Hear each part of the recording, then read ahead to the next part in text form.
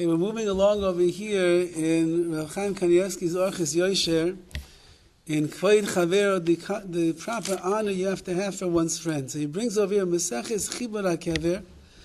There is a Masechta called Chibur HaKever, which is, I guess we'll call it the rotting in the grave. And it says over there, B'shal Shodam Niftem in Ha'olam. The time that a person leaves this world, when they pass away and they leave this world, they ask him the following question. You're wondering what HaKadosh Baruch Hu is going to ask you when you leave this world. Here's the question.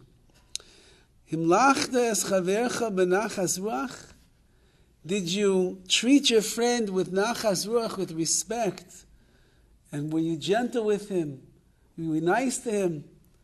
I believe that they bring down from Rav Chaim Vital that if that's what they're going to ask you about your friend, alachas kama v'kama, they're going to ask you how you treated your wife when you go up to Shemayim.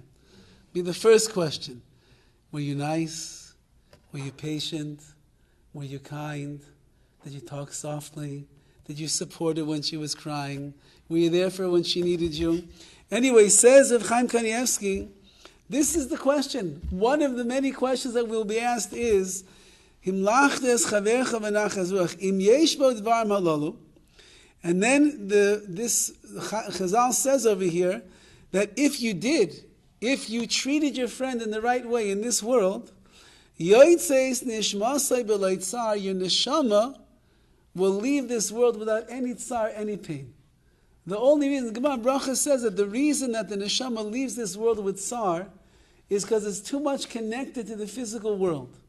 So therefore, it's like pulling out like the needle through the ball of yarn. Pull it out over there and it hurts. But if your neshama has disconnected itself in this world from the body, in a higher level, it's like pulling a piece of hair out of a bowl of milk. It comes right out. It's smooth. You don't even feel it. So if a person is too much connected to themselves and their midas rois, their bad midas in this world, judgmental of others and so on and so forth, so then it's going to be very painful when they leave this world. But if we treated our friend in the right way, with good midas and kindness and compassion and the like, and we gave them the cover, the honor that they deserve, so then it's going to be yoytzeis nishmasa b'leitzah. Your neshama is going to leave your body very easily. Umetzina b'levi, we find by the Amora Levi, Shebishul shalai nichnas le'yishivasai shel Rabbi Afas b'achlisha l'daite. Once coming, and he was walking down the street, and Rav Afas had a yeshiva. And Levi decided to walk past the yeshiva. He didn't go in. Rav Afas was teaching, whatever, he was giving a shir. He didn't walk in. And the achlish l'daite, Rav Afas thought, what? He said, Levi's not going to come to hear my shir. He's not going to hear me darshan today to give a Gemara shir. He's not coming to my yeshiva. The achlish daitoi, and he got bothered by it. He was in tremendous distress. Leichnisuhu lemisifta derekia. So when he left this world after 120 years, Levi, who didn't go into the Beis Midrash of Rav Afas, so when it came time to go up to the Mesifta derekia, to the heavenly tribunal upstairs, he was not granted permission to enter in. Ad Shmuel, he spala ba'ado until Shmuel came along and davened for him that let him go in. So you see that he didn't mean anything wrong, but because he walked past the Beis Midrash, and Rav Afas knew that he was there and he didn't go inside, and it offended him and hurt him. We're talking about big people. We're not talking about people like us. They get offended if you're sitting in their seat, or if you took the last cookie by the kiddush over here, like the silly things that we get upset about. We're talking about gigantic people, the Amora. And Amora, he was chalish daita. He thought maybe there's something wrong with my teaching. Maybe he doesn't want to come in. There's a very famous story with the Chazon Ish, where the Chazon Ish had a chavrusa every day in the afternoon at a certain time. He was a younger fellow, and they learned together in the afternoon. And one day in Bnei Brak, there was a big magid, there was a big darshan that came to the town. And this particular chavrusa, the Chazon Ish, wanted to go and hear this magid say over this exciting drasha. He was a very riveting speaker. So he was speaking in one of the main shuls in town.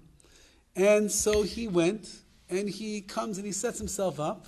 He's like right there in the front row, and as people are piling in, he sees that people are actually standing on the bima, like right in front of where this Rav is speaking. So he said, why should I miss all the action? Let me go up to the front also. So he goes up and he's standing like right over here, right in front of where the Rav is darshaning. And the Rav is darshaning 5 minutes, 20 minutes, half an hour, 45 minutes. He is going and going and going. He's captivating, mesmerizing, entertaining.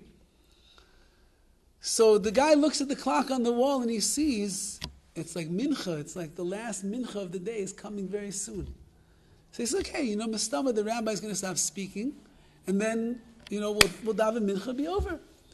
But the clock keeps ticking. And he sees that the rabbi is not stopping anytime soon. So he's going to miss mincha. Nobody in Bnei Brak misses mincha with a minyan.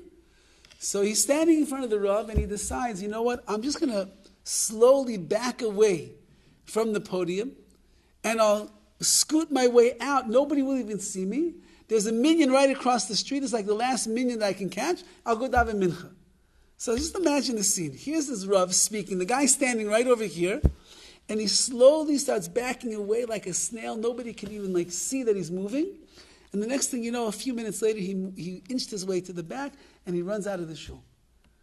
So he goes to davens mincha and he's so proud of himself that he did it. He comes to the Chazon Ish that night to learn. He says, Rabbi, I got to tell you what I did today. And he tells him the whole scenario. The rabbi's darshaning, he doesn't stop. I couldn't miss mincha b'tzibor. And so I eased my way out inch by inch that he shouldn't realize what I was doing. So the Chazon Ish looks at the man and he says, who told you to daven mincha? He said, what? Rabbi, I'm a Jew. Jews, who told you to daven mincha today? He said, I'm a Yid, I daven mincha.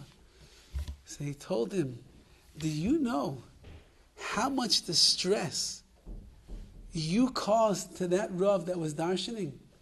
When you began to inch your way away from the bima, do you know how much distress you cause a speaker when you're talking in the middle of his drasha, or when you are not paying attention, or when you keep looking at your clock and going someplace else?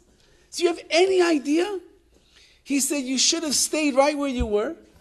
You should have missed mincha.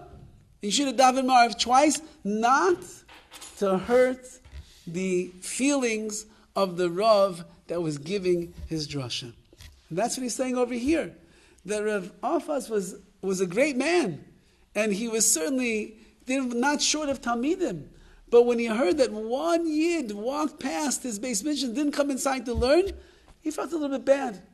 And because he felt a little bit bad, so Levi was punished that when he went up to the Shemaim, he was not allowed into the heavenly courts over there, into the heavenly yeshiva, until Shmuel davened and said, please, HaKadosh Baruch Hu, let him go in. He made an honest mistake.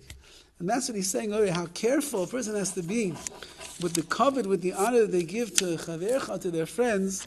It has to be in the same way that whatever would bother you, a person has to be careful not to do to their friend.